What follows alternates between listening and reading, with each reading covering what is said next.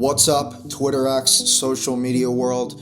The entire world is crumbling, and we're all gonna die. We're not gonna die. We're gonna die at some point, so we all just have to get used to that. But today's topic is about all of the things that are happening on January 14th, 2026. Yes, we have Trump annexing Greenland with the United States taking charge. Greenland should make the deal because Greenland does not want to see Russia or China take over. And if it affects NATO, then it affects NATO. But, they need us much more than we need them. I will tell you that right now. We're talking about acquiring, not leasing, not having it short term. We're talking about acquiring. And if we don't do it, Russia or China will. And that's not going to happen when I'm president. I can put a lot of soldiers there right now if I want. But you need more than that. You need ownership. You really need title, as they say in the Rosabas. Venezuela completely conquered, taking over China's authority over the oil, over the natural resources, along with Russia. America first dominance in the Western Hemisphere. This operation, known as Operation Absolute Resolve, was discreet, precise, and conducted during the darkest hours of January 2nd, and was the culmination of months of planning and rehearsal. Maduro and his wife, both indicted, gave up, and were taken into custody by the Department of Justice, assisted by our incredible U.S. military with professionalism and precision,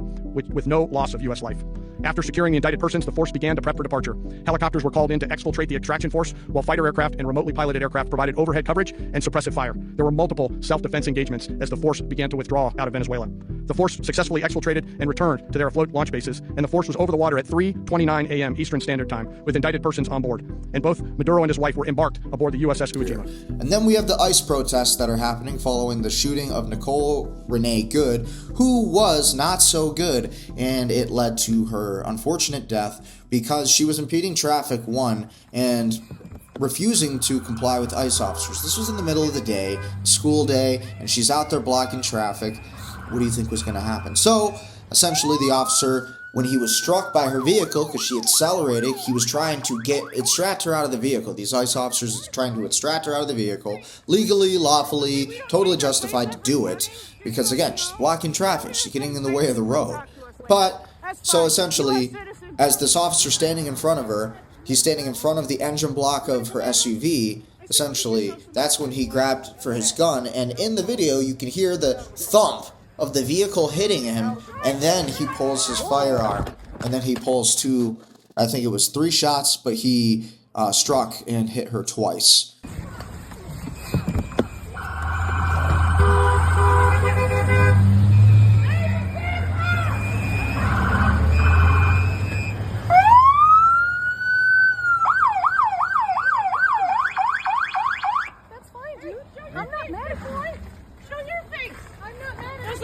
Change our plates every morning, just so you know. It'll be the same plate when you come talk to us later. That's fine. U.S. citizen, former fucking veteran. You want to come at us? You want to come at us? I say go get yourself some lunch, big boy. Go ahead. Out of the car. Get out of the fucking car. Get out of the car. Whoa!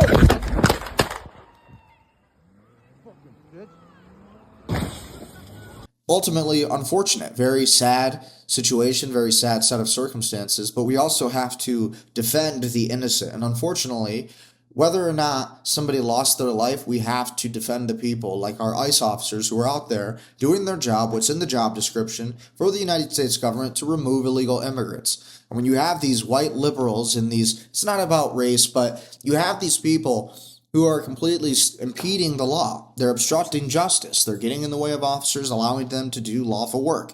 And so we have the left, the radical left, the crazies, who are suggesting that that ICE is the new Nazis, that they're the new white supremacists. All of this is a precursor to really build a kind of future where there's more tension, where there's more war, where there's more protests, where there's less loyalty in the United States, sentiment for patriotism is low, and the risk for Donald Trump is even higher. And so this also comes after the Epstein files recently being released. We have a lot of victims coming out, giving their side of the story. I started looking into things and I realized that these bastards are doing human cloning. They've got underground labs. I woke up in a laboratory there one night and it's something I can't really explain. Okay, and I know a lot of viewers don't understand things like that. Like, I've had a lot of weird things happen when I was there, things I can't explain. And I've been living my life every day, and I've never had weird stuff happen like what happened there. Well, in the laboratory, Epstein wasn't there, to my knowledge. What happened is I woke up, and there was a female doctor, by my head, and then there was 6 people in hazmat mat suits, like 3 down one side, 3 down the other side, and I was naked and I was strapped on a table and I was paralyzed and I couldn't speak, but my eyes could move. So I looked around and then the woman came near me and she said, "Don't worry, everything's going to be okay." And then I was out again. So, I mean, I don't know what they did. I've never been through anesthesia or anything like that. I've never had anything like that happen to my knowledge. But it seems like these people did something and I woke up and they were doing something. You realize they were taking eggs. And all of these things, it's like a perfect storm. Okay, and then at the same time, we have the crypto markets that are starting to go up. If you're not investing in crypto, then you're making a mistake. But I do like to cover the digital asset space because the boomers are going to say, well, don't invest in that crypto. The boomers are going to say that you need to focus on gold, which is fine. You should also invest in gold. You should save cash. You should be diversified as much as possible. But as a realtor, as an entrepreneur, as a CEO, I'm telling you right now, if you want to be wealthy, then you need to invest in digital assets, and digital assets like XRP. And then we have Bitcoin right at about $94,282. So if you guys are following the digital asset space, then you guys would be following the fact that the Clarity Act and the Genius Act are about to be passed into law officially. And according to Polymarket, there's about an 80% chance that can actually happen. So we're looking at some pretty good odds. You have Cardano sitting at 41 cents. You have Hedera Hashgraph sitting at 12 cents. 12 cents, guys. That's a deal. H-bar. That's a deal. Okay, these are the altcoins. This is the world of the altcoins. You got Onyx Coin at literally 0.0089 cents. You got Algorand at 14 cents. Ethereum at $3,194. Listen, crypto's the future. Digital assets are the future. And if you want to survive in the future, it's not just going to be gold and the US dollar. The US dollar is crashing. Okay, the US dollar ultimately will probably never crash, but you will probably see a change in currencies. There will be a reset of currencies. And every CEO knows this. Everybody in banking knows this. But this is just true, and this is what's going to happen. We also have the Federal Reserve under threat. Jerome Powell is finally under investigation. There's ongoing subpoenas right now for Federal Chair Jerome Powell, sparking bipartisan backlash, where the former Treasury Secretaries and Fed Chair criticize it as a political measure, and market reactions showing investor concerns about central bank autonomy. And so this is an interesting article, and this article comes from Reuters, but essentially, what's happening with the Federal Reserve? Why are we still paying taxes? Why are we allowing the Federal Reserve to run our life? How come JFK was so demonized because he wanted to take the Federal Reserve and throw it into the winds, into a million pieces? Good evening. On Friday, the Department of Justice served the Federal Reserve with grand jury subpoenas, threatening a criminal indictment related to my testimony before the Senate Banking Committee last June. That testimony concerned in part a multi-year project to renovate historic Federal Reserve office buildings. I have deep respect for the rule of law and for accountability in our democracy. No one, certainly not the chair of the Federal Reserve, is above the law. But this unprecedented action should be seen in the broader context of the administration's threats and ongoing pressure. This new threat is not about my testimony last June or about the renovation of the Federal Reserve buildings. It is not about Congress's oversight role. The Fed, through testimony and other public disclosures, made every effort to keep Congress informed about the renovation project. Those are pretexts. The threat of criminal charges is a consequence of the Federal Reserve setting interest rates based on our best assessment of what will serve the public, rather than following the preferences of the president.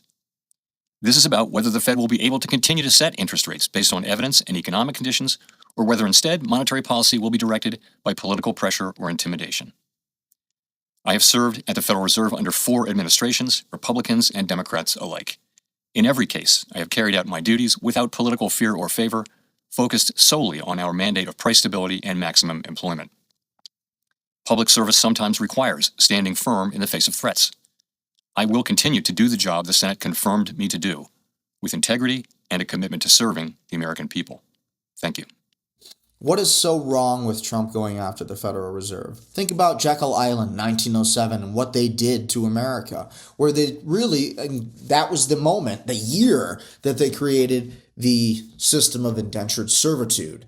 And so 1907, Jekyll Island, they don't want you to talk about that. And so they don't want you Googling that. So you Google Jekyll Island, you Google all of these things, you learn the real truth about finance, about our government and our loving Congress, how the Federal Reserve is really not federal and how it has no reserves. And so that's the truth that's coming out now. And Jerome Powell is getting in trouble for it, which he should. He is impoverished so many Americans because of this entire thing. If it wasn't for the Federal Reserve and Jerome Powell, we wouldn't be in the situation right now with crypto where prices are so low and where there was outright fraud everywhere with crypto. There needs to be clarity. There needs to be some kind of movement, some progression towards laws that make sense for the financial system of the United States so we can innovate and build and have a financial, technological future that makes sense so people can put money into a gumball machine. You put money into a gumball machine and you get money out. What if that was a real thing? Well, that's what XRP literally does. And so that's what they're trying to hide. Okay, they call it a central bank digital currency when XRP is actually the opposite of that. XRP is a centralized banking digital currency. It's a little bit different because it has the ability, it has a unit of account, because it actually is functional at 1,500 transactions per second. Bitcoin, dude, it's found everywhere. Anybody who's had Bitcoin has had their Bitcoin stolen from them. Anybody who invested in Bitcoin in 2001 during the dot-com boom, 2006 when the Tigers were at the World Series, okay, when all these people invested in Bitcoin and they got rich, guess what? The government was knocking at their door, taking away their hard wallet, and they were getting their money taken away. And the same thing's happening today. But if you're not smart, and so if you're not following the trends, if you're not following the breadcrumbs, the threads, then you're not going to really know what's happening financially. We also have public broadcasting funding cuts. The PBS canceled its weekend news program, PBS News Weekend, due to a $1.1 billion congressional cut. The corruption of public broadcasting faces dissolution, replaced by new science, tech, and foreign affairs shows. This is great for debating media, but government funding and access to news, it's just not so worth it. So that's the true test of the American intuition and what's truly going here for 2026. So what are you thinking? What are you doing in 2026 to get you ahead of the game? We also have the Gaza humanitarian situation as it worsens today. We have tech and AI infrastructure booms happening all over the place with Google, Gemini, Grok AI, which is pretty much hitting the number one spot in the App Store right now. XAI is actually, I think Starlink has just gotten approval from the FCC, and that puts them in a higher position of power as well. And then we also have India's geopolitical stance, where the army chief states India rejects activities in Shatsgam Valley, citing 1963 Pakistan-China agreement as illegal. Plus, quick commerce platforms like Blinkit, Zepto, etc. drop 10-minute delivery promises after government intervention, offer safety concerns. So that's happening in India's situation. And don't forget, we have a ton of Indians coming to the United States to take our jobs in software and in all these things. Same thing with China, 600,000. See, America will always be number one, not number two, not number three. America's always going to be number one. If you're not okay with that, then you can get out. And that's how I feel. I am proud of my country when I look at the things that we're able to accomplish, how no other country can touch us or even step to us. Okay, maybe they can get close. Maybe they can blackmail us. Maybe they can steal our technology, our intellectual property. Maybe they can steal it. Maybe they can lie. Maybe they can try to rewrite history. But the truth is that we will always be the strongest nation. Why? Really, fundamentally, because we are the most Christian nation. We believe in peace, prosperity, and the First Amendment, the Second Amendment. And we believe in the right to keep and bear arms, the right to be free citizens, the right to transcend beyond the dimension that we're currently in. That is the American vision, the American spirit, the Crusades, the future of the entire human race. That is what America is all about, leading the charge with full iron fist. And that's what I'm talking about. Those are the big stories. And again, of course, we have the America-Israel conflict and how all of that and the entire entanglement through AIPAC and through donors essentially selling out the United States to foreign lobbies and the Israel lobby. We have this issue as well. This also ties into Venezuela and all these different deals. But ultimately, America's winning. And we need to stay winning. We need to stay educated. We need to stay on top of the truth. We need to be willing to speak the truth and never let them silence us, because that's the next step. They want to turn people violent. They want to turn the masses against each other in America. They want a civil war. They want all of these things to happen. And the most dangerous thing that we can ever do is allow it to happen. We need to remain peaceful, we need to remain truthful, and we need to remain peaceful, we need to remain truthful, and we need to remain factual. And at the end of the day, the truth is on our side. And doing the right thing will get us to success and across the finish line in the most successful way. Ultimately, through Christ, we can do anything. And that is the message here. With Christ, we will have a strong nation. So America has just begun. America first, America only. Be sure to like, share, comment, subscribe, and I'll see you in the next update. What would you assume is the most major threat on the world stage? Anybody, just call it out. You don't have to raise your hand. Definitely Russia. Definitely Russia. That's confident. I like it. Who says Russia? Anybody agree with her? Hands? Okay, great. Who else? China. Stop yelling at me, but China is a good answer. Anybody? Who else? China? North Korea? North Korea. Any North Korea takers? And Venezuela? Anybody? No? Oh, yeah. One guy in the back. A little worried about Venezuela. Everybody's cool with Venezuela? No threat? Okay. Let me ask you this. Which one of these places can claim to have the largest oil deposit on the planet? More than Saudi? More than Iran? Wow. Okay. What about things like gold? More than all the mines in Africa combined? The fact is that Venezuela is arguably the single greatest resource of oil and minerals on the planet. So, why is this country in the midst of one of the greatest humanitarian crises in modern history? Let's meet President Nicolas Reyes. After rising to power on a wave of nationalist pride, in a mere 6 years, this guy has crippled the national economy by half. He has raised the poverty rate by almost 400%. Luckily for the rest of us, he's up for re-election. So, who's running against him? This is Gloria Bonalde. Now, Gloria is a history professor turned activist. She's running against him on a social justice platform and on the strength of, in my humble opinion, just not being an asshole.